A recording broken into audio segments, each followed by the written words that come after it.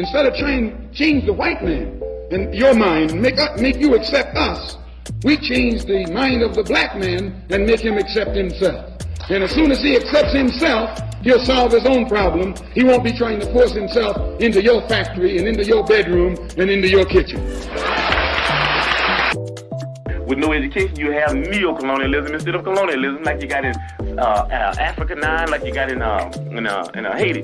So what we're talking about is there has to be educational program. That's very important. As a matter of fact, we so important for us that a person has to go through 6 weeks of our political education before he can consider himself a member of the party, able to even run down ideology for the party. Why? Because if they don't have education, then they're nowhere. You dig what I'm saying? They're nowhere because they don't even know why they're doing what they're doing. You might get people caught up in an emotionless movement. You understand me? You might get them caught up in because they're poor and they want something. And then if they're not educated, they want more. And before you know it, they'll be capitalist. And before you know it, we have Negro imperialists.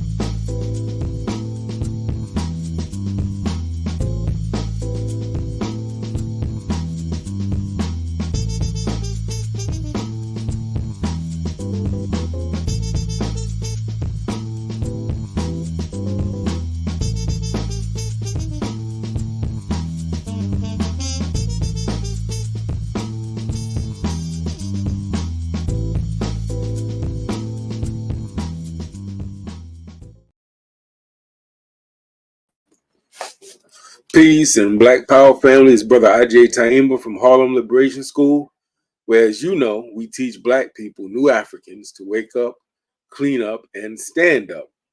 Well, family, I hope you all are doing well. This is a very hectic period we have coming up with this election. I don't even want to get into that conversation, but we got a lot coming up on our plate, family, in terms of what's going on in the United States. Many of you know me from YouTube, but you don't know that that's what I do in addition to my other work. I've been a classroom social studies teacher, middle school and high school, for about close to 30 years. In 2000, myself and two other teachers started a middle school called Knowledge and Power Preparatory Academy, or MS 215, which is still running in the Bronx, New York. All right. So, and I've been an activist and community organizer, just so you know that my whole life isn't wrapped up in YouTube. And so with the YouTube channel, what we try to do is interview some of our best and brightest and most serious activists, intellectuals, and artists. So most of the time when I'm on YouTube, I'm actually highlighting the work of others. However, there come times when I have to highlight my own work, family. For those who don't know me, you just see me here to understand that I am not connected to some big network that's pushing my stuff. And I have to do all this myself with my small, limited team. And I make no apology for promoting my own work. I have to do it. Who else is going to do it, right? All right. With that said, family, today I am talking about my new book, my latest book. It's my 6th book. And as we're going through this, I'm working on a 7th one, trying to get a 7th one published for next year. But this book is entitled WUCUSU, a Self-Empowerment Handbook. Let me get to our presentation.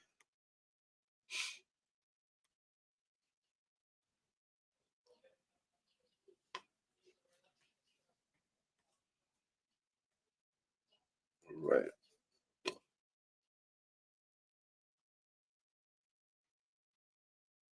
Okay, so everybody should see on your screen a thumbnail that says we can't just change the system. We have to change ourselves. Next to it is a image of my book, a small image of my book. I want to start by showing you a commercial about the book. It's like a minute, family, just about a minute, okay? Malcolm X said, "We need to wake up, clean up, and stand up." Asada Shakur wrote, "It's not enough just to change the system. We need to change ourselves." Educator, author, activist, and empowerment coach Agyei Tyehimba took these two principles and used them to write his new book, WUCUSU.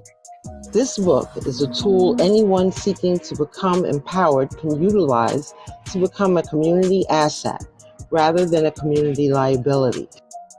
WUCUSU will help you develop the character, thinking, and behavior necessary to rescue and liberate our individual and collective village. Featuring straightforward information and beautiful reaffirming images, this book, combined with your practical application of its principles, will help you to transform yourself and transform our people. Starting on August 9th, 2024, go get your discounted copy of WUCUSU, an empowerment handbook. Okay, so that's a brief commercial I did for the book. I got to shout out my lovely, immensely talented, gorgeous chocolate queen for providing the other voice that you heard in that commercial. I want to thank the queen for that. And now we're going to move on to why I wrote the book. Very important. This is a quote taken from our sister Asada Shakur, our warrior mother, queen mother, so to speak, in the struggle. She wrote this in the 2000s, and it reads, "This is the 21st century, and we needed to redefine revolution." Notice she separates the R and E, so it's a revolution and it's evolution. This planet needs a people's revolution, a humanist revolution. Revolution is not about bloodshed or about going to the mountains and fighting. We will fight if we are forced to, but the fundamental goal of revolution must be peace. We need a revolution of the mind, we need a revolution of the heart, we need a revolution of the spirit.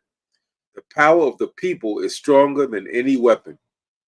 A people's revolution can't be stopped. We need to be weapons of mass construction, weapons of mass love. Now, this is the part I want to get to. It's not enough just to change the system. We need to change ourselves. This is powerful. Obviously, Asada was a member of the Black Panther Party in New York. She was a member of the Black Liberation Army from New York, coming out of New York. So obviously, since Asada knew and supported armed insurrection, revolution, whatever you want to call it, she knows that it will involve bloodshed and will involve fighting. But what she's saying is that that's not the aim. That's a tool that you will use in a revolution. But the goal of revolution is liberation. The goal is to provide humane systems of economics and labor and law enforcement for everybody, to make sure everybody has a living wage and can eat and be comfortable and safe, right? So that's what she's trying to push. But she says it's not enough to change the system. We need to change ourselves, right? So one of the reasons I wrote this book is me really giving a lot of thought to this quote from Sister Asada, really giving thought to that and thinking about my own experiences coming up. First as a student, first as an autodidact, a young man that was reading as much as I could on what we would call Africana studies, social political movements.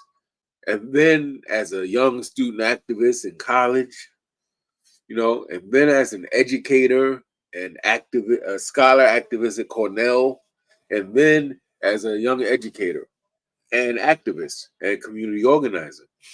And I thought back on all the people who were dishonest that I worked alongside, I worked with in the movement. The people who were trying to hit on somebody else's woman or man. The people who said they were going to be someplace and did not show up, did not keep their word. I mean, and it got me to thinking, like, yeah, she's right. We can't romanticize revolution, family. Like, we need people. Yes, we have to challenge and defeat white supremacy, mass incarceration disproportionately of melanated people. We have to fight, challenge, and defeat miseducation of our people, not just our kids, but all of our people. We have to challenge and defeat a thinking that says some people deserve to live safely and comfortably, not all people, right? Okay, but in my personal experience, she is right and exact. I work with some beautiful Africans and New African people, family. Some of whom taught me, some of whom corrected me, some of whom I worked alongside, and we did great work together. But I have to be honest, there were some people whose character was in question. There's some people that were opportunistic. You got a sense that they were just doing this for themselves. Some people was in it because they were trying to get with some cute sister or a cute brother. And I have to bear witness to that because that is not just from Asada, that's my lived experience. I can bear witness to that. Some people were not real in this movement. So she's right and exact. Now, the other person that inspired me to write this book is the one and only Brother Malcolm X. Brother Malcolm X, I know in 1963 at a speech at Columbia, he told students, and this wasn't the first time, but this was a documented time, he said, in response to the question, so what should we do? What is our action plan? He said, we have to wake up, clean up, and stand up. Now, when you take those words and you put them together as an acronym, wake up, W is woo, clean up, cool, stand up, sue, WUCUSU. WUCUSU is an acronym for Brother Malcolm's three-part call, wake up, clean up, stand up. And we at Harlem Liberation School take Brother Malcolm's outline very seriously to the point that WUCUSU, for those of you who know, is the actual official greeting of Harlem Liberation School. We see people say WUCUSU, brother, WUCUSU, my sister, and they say WUCUSU back. Because we believe that there's power in that. And that outline he gave us, we believe it's simplistic, it's simple, but it's profound. Wake up means that we become self-aware. That we understand, and now this is at the personal level, not the political level, right? In a self-empowerment perspective. Become aware of who you are, what's your gifts, what's your talents, what are your preferences, you know, what are your habits, and then taking all of that from your self-analysis, from community analysis of who you are, and then trying to determine not only who am I, but what am I here to do? Am I here just to occupy space, just work, just to make a living, just have fun all day? Am I a pleasure, a permanent professional pleasure seeker? I just live to have fun all day and I don't worry about other things? No, we believe that you are put here for a reason, that you have what I refer to as a divine assignment. And everyone's is different, and everyone's, you can kind of get a sense of what it is based on your talents, your gifts, your preferences, your temperament, your habits. Clean up. Now, this is this WUCUSU empowerment framework. Malcolm said WUCU, wake up, clean up, stand up. I took that and converted it into an empowerment framework that I'm using for this book. That's why the book is entitled WUCUSU, a Self-Empowerment Handbook. The cleanup part of WUCUSU is talking about now being self-corrective, looking at ourselves honestly and saying, where do I fall short? What habits of mine get in the way of the person I say I'm trying to become? What thoughts or habits, what behaviors, characteristics of mine get in the way of me fulfilling my life mission? And once I identify those things, I clean them up. That's what Brother Malcolm meant, clean up. For some people, that's drug use. For some people, that's sexual addictions and being promiscuous, right? For some people, that's being pleasure seekers. They always got to be thinking. Some people, that's gambling addiction. For some people, that's narcissism or toxic personality traits. So the cleanup is different for everyone depending on who we're talking about, right? And in my book, the cleanup part has the most chapters because, family, that's where most of a lot of the work in our lives is trying to get rid of the stuff that gets in our way, you know. And then lastly, stand up. When Malcolm says stand up on the personal empowerment level, this means you're self-aware, you know who you are, you know why you're here, you've chipped away the negative aspects of your personality and your habits, and now you are poised to stand up. On a personal empowerment level, this translates to you join an organization that's fighting for your village. You create a community organization or initiative that's fighting for the village, that's educating the village, that is protecting the village, that's helping the village to work and generate income, right? All right. Or it can mean that you're going to start participating in activities that align with your life purpose and that empower your village. So when I say WUCUSU, that's what I mean. And when I refer to the WUCUSU empowerment framework, that is what I mean. I took Brother Malcolm's call and took it and made it into a way, a format for looking at how we empower ourselves in three different stages. In terms, people ask me, well, there's a billion self-help books, Agyei. What makes yours different? And that's a fair question. You know, since high school, I've read hundreds of self-help books and motivational books. So that's a fair question. I believe that my book, WUCUSU, or Self-Empowerment Handbook, has three unique features that make it stand out. Number one, unlike most self-help literature, WUCUSU connects your individual empowerment with community empowerment. So in other words, a lot of these books, you know, Who Moved My Cheese, 7 Habits of Highly Effective People, Chicken Soup for the Soul. A lot of these books are Think and Grow Rich. A lot of these books are concerned with your individual self being your highest self. My book is very clear.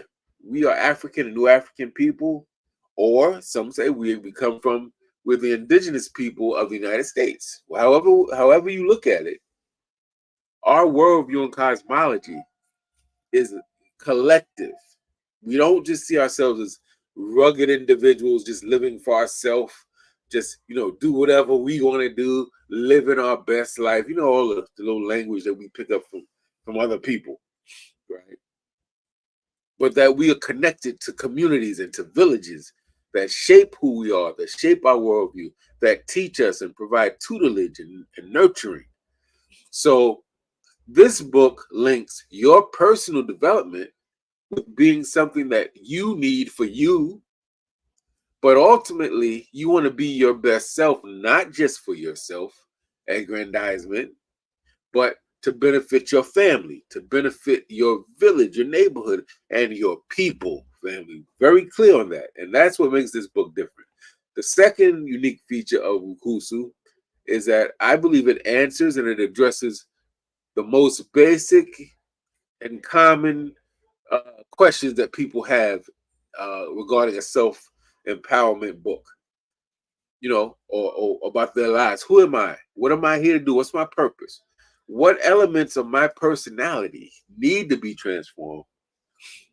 How can I make better use of my time? What strategies can I use when difficult times come up? There's death in the family. I lose a job. Or I'm trying to start a business and it's just not working. How do I navigate those tough times? How do I eliminate my toxic thinking? How do I deal with toxic people? What method that's tried and true can I use to set and achieve goals? And many more.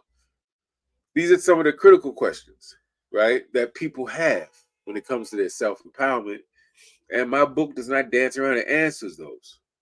Now, I do want to say at the outset that the book is a handbook. This book is not written to be 850 pages, family. It's written to be a book that you can keep in your ladies in your pocketbook. Brothers, you can carry with you in your briefcase or your backpack. You can refer to it on any given day. It's 152 pages. It's written in straightforward language. I'm not trying to make you go to the dictionary every 2 minutes, but it's also not written in a dumbed down fashion, but it's very straightforward. The third thing I think is unique about my book, WUCUSU, is that it has culturally affirming references and images. So in the book, I may refer, of course, I do refer to some pioneers in the Western world in terms of self-help, people like Napoleon Hill, but I also am referring to Dr. Joy DeGruy. I'm referring to Bobby Wright, Dr. Amos Wilson. I'm referring to, to some of the people that come out of our tradition, our intellectual and activist tradition as well, right? So, and in terms of the images, I'm going to show you that in a minute.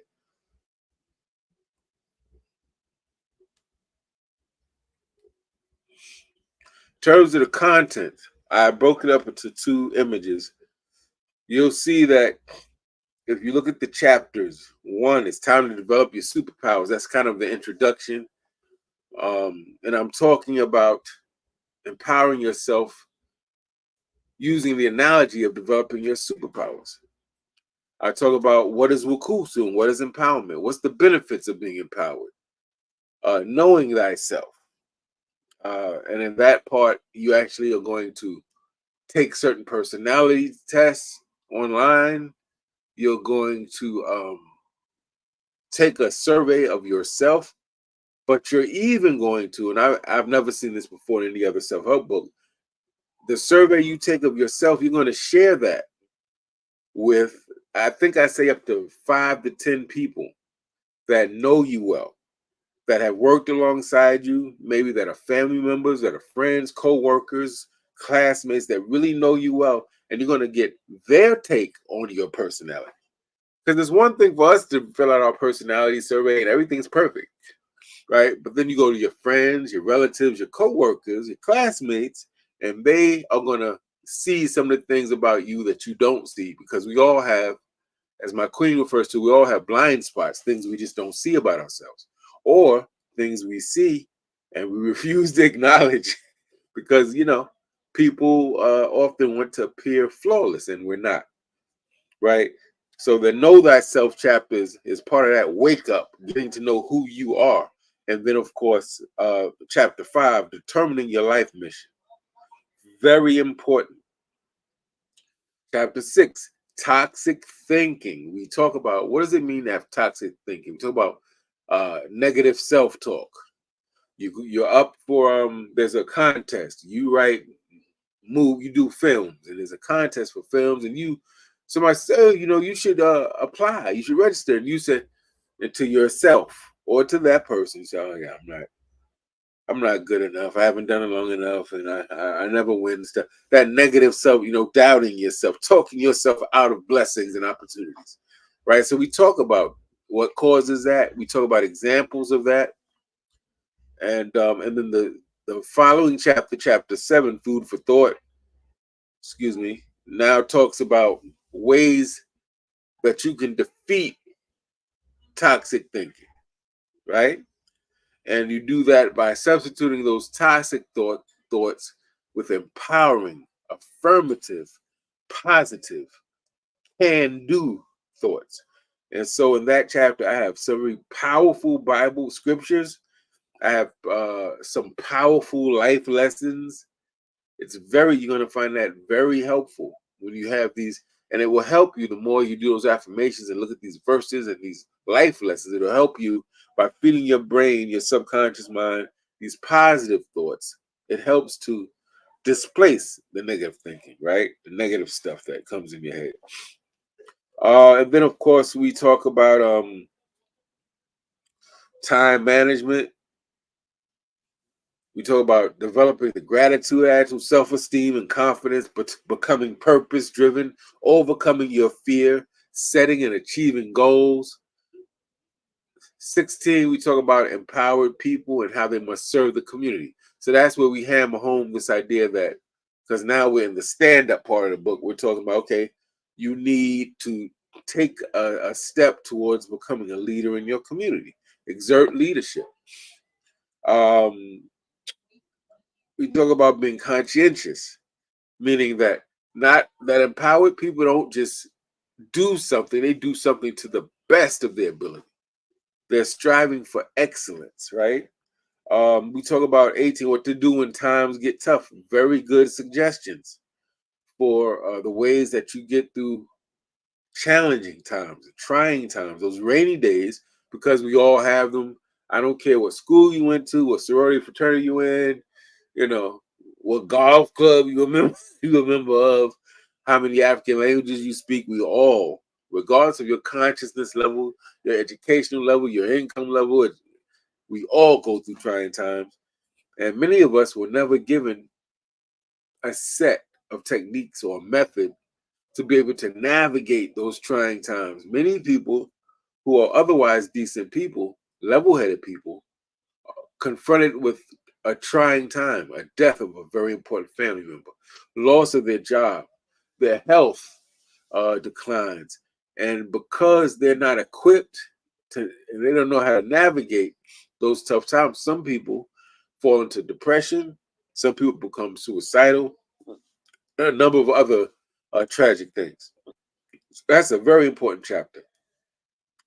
Then we have the last chapter is called Embrace the Turtle Philosophy, which I'm not going to get into at length now, but it's basically a model of leadership that I'm taking from Barbara Dick Gregory, may rest in power, that gave a really good analogy of talking about himself as a leader in the community, and he referred to himself as, I'm like the turtle.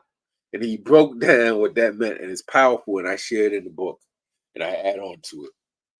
You know, so as you can see, the book is only comes out to 151 pages, not a real thick book. I'm going to show it to you in a minute, but it covers a lot of ground, and the chapters are bite-sized. This is not an encyclopedia, family. If that's what you're looking for, you're not going to like the book. This is not an 800, 900-page book. 151 pages. The chapters are anywhere from 5 to 10 pages, bite-sized information that you can retain.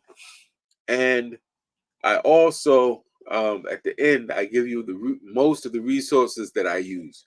So it's probably like 2 pages of books, articles, and stuff that you can, if you want to go, for instance, and you want to learn about time management as a self-development topic. That's that one topic. People have written entire books on that one topic.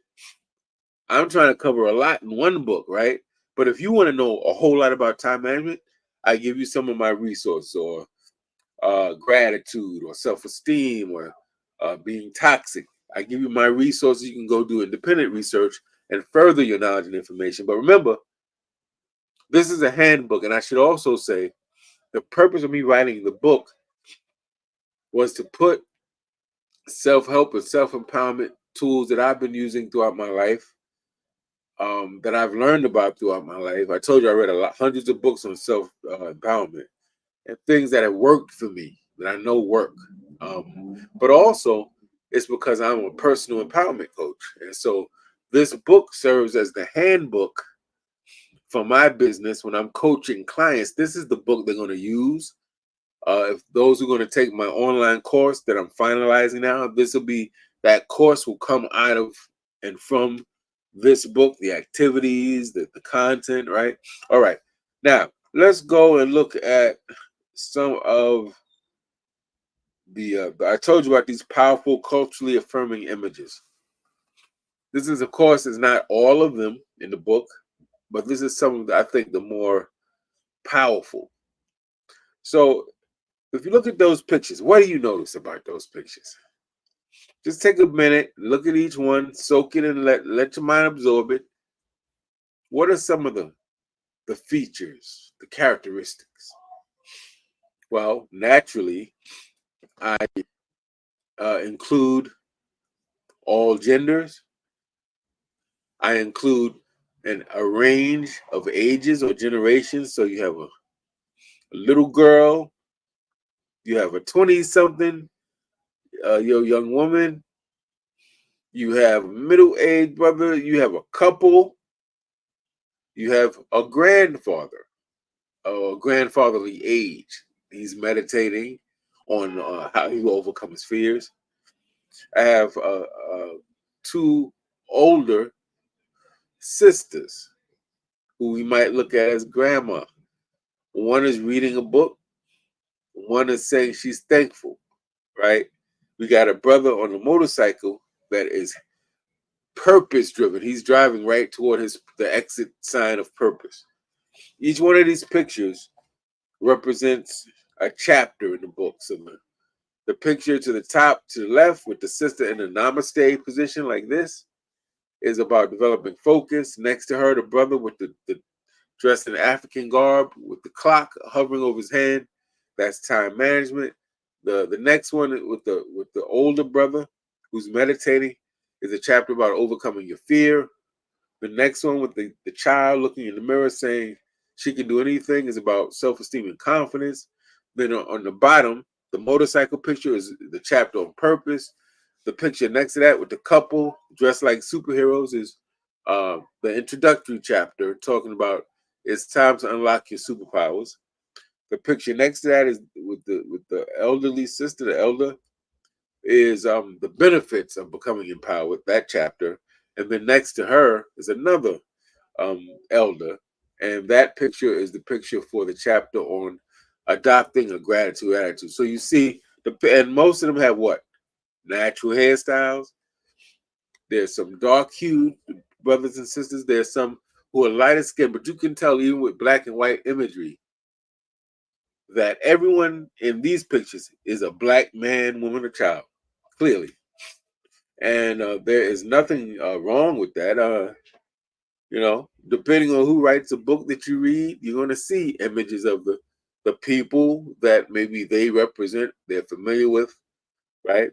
And so I did the same thing. It's very important that our children, our elders, us, middle-aged folk and younger, are able to read books with images that look like us, that are welcoming to us, that we recognize and we're familiar with. Very important. So I think that's actually one of the good features of the book. Now, this part I'm going to get ready to end. I'm ending my formal presentation, hoping that you all will have some questions and comments. But before I get to questions and comments, as you see on the screen, that's a picture, image of the book, WUCUSU, or Self-Empowerment Handbook. And it says on the screen that this book, WUCUSU, is available at Amazon.com and wherever books are sold. So let's say you go to a Barnes and Nobles, you go to a bookstore, or you go online to a different bookstore other than Amazon. The book is available there. If they don't have it, you just have to order it. You tell them that that's what you want, and they will order it. They'll get the book for you. So you can get it wherever books are sold. However, I am selling it principally on Amazon. Now, some people have a problem with buying items from Amazon because of the allegations that they are disrespectful or unfair with their workers, or what have you. If you are one of those people that doesn't like buying stuff from Amazon, you can order the book from me directly. If you don't really care about Amazon one way or the other, but you want me to sign the copy of your book, and you don't live in New York City, you live in Virginia, or you live in Florida, or you out in the Midwest or the West Coast or down south, and you're not going to see me, but you'd like me to sign your book, then you too would have to order the book from me directly. And how you do that is you would send me the cost of the book, which is $19.99, plus $4 for shipping and handling, which will come out to $23.99 per book. You would send it to my Cash App handle, which is $TRUSELF, and then followed by the numbers 143. In addition to that, you should email me at my email, your name, your complete address, and the number of copies and the money you sent, right? So that I know who to send it to, what your name is, where you live, and there's no discrepancy. Also, because remember, I'm ordering the books from the warehouse, so it has to take time for it to come to me. I'm signing it, then I'm sending the book back out to you. So try to be patient. Allow 10 to 12, maybe even 14 business days from the point which you send me the money to the point at which you receive the book. Although two brothers in this brotherhood group I'm in purchased my book, and once I sent it out, they got the book in like 3 days, so it was pretty good. Once I'm able to send the book out. All right, now let me stop sharing the screen, and I want to see if there's any questions.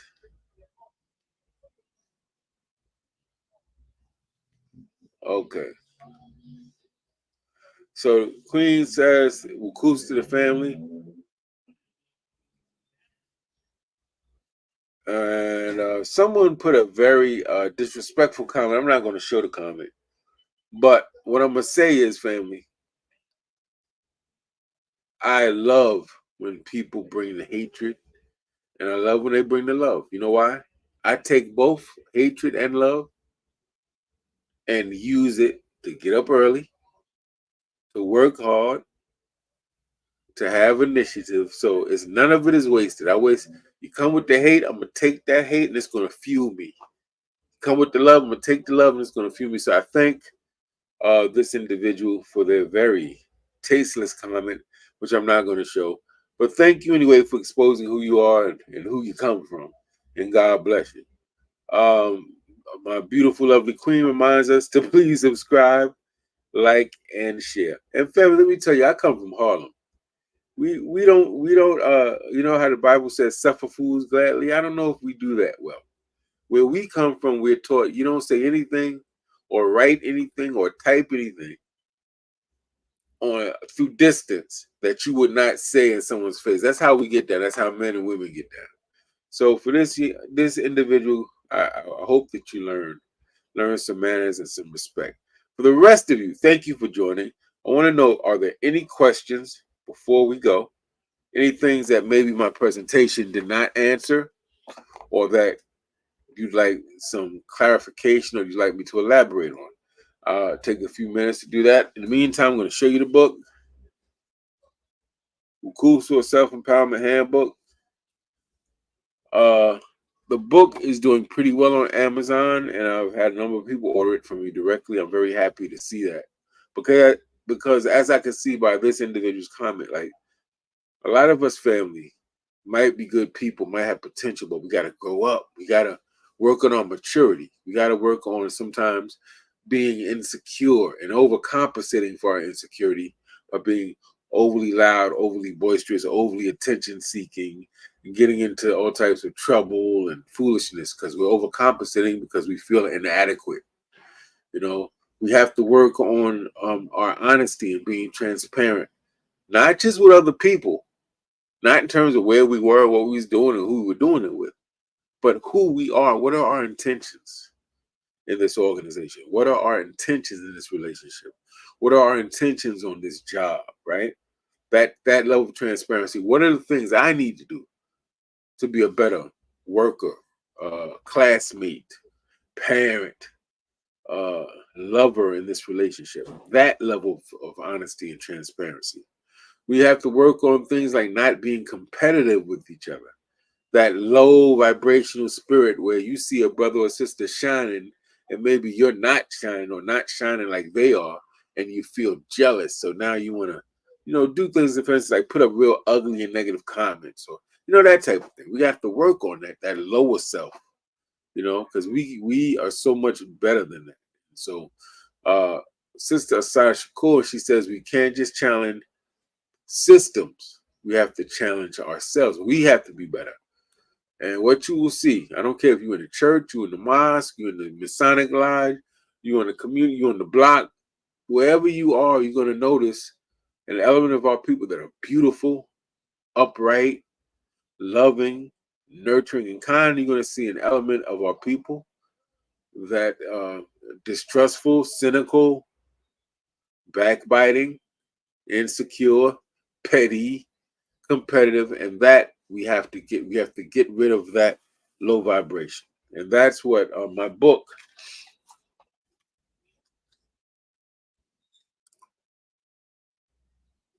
WUCUSU, or Self-Empowerment Handbook, that is what the book is designed to get you on that path. Remember, it's a handbook. It's 152 pages, 19 bite-sized chapters that get into a number of things which are already explained. And now, family, before I go, I want to see if there's any questions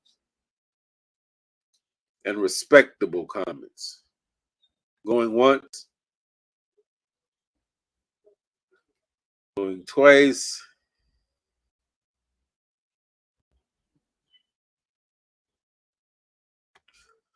Going 3 times. All right. If there are no comments or further questions, I'm going to thank you for your time. And please remember to subscribe to Harlem Liberation School on YouTube so that we can continue growing and we can reach more people with what we believe is culturally and politically affirming information, political education. With that said, thank you for your time, family. I respect and honor the fact that you spent some time with me. Peace and Black Power. See you next time.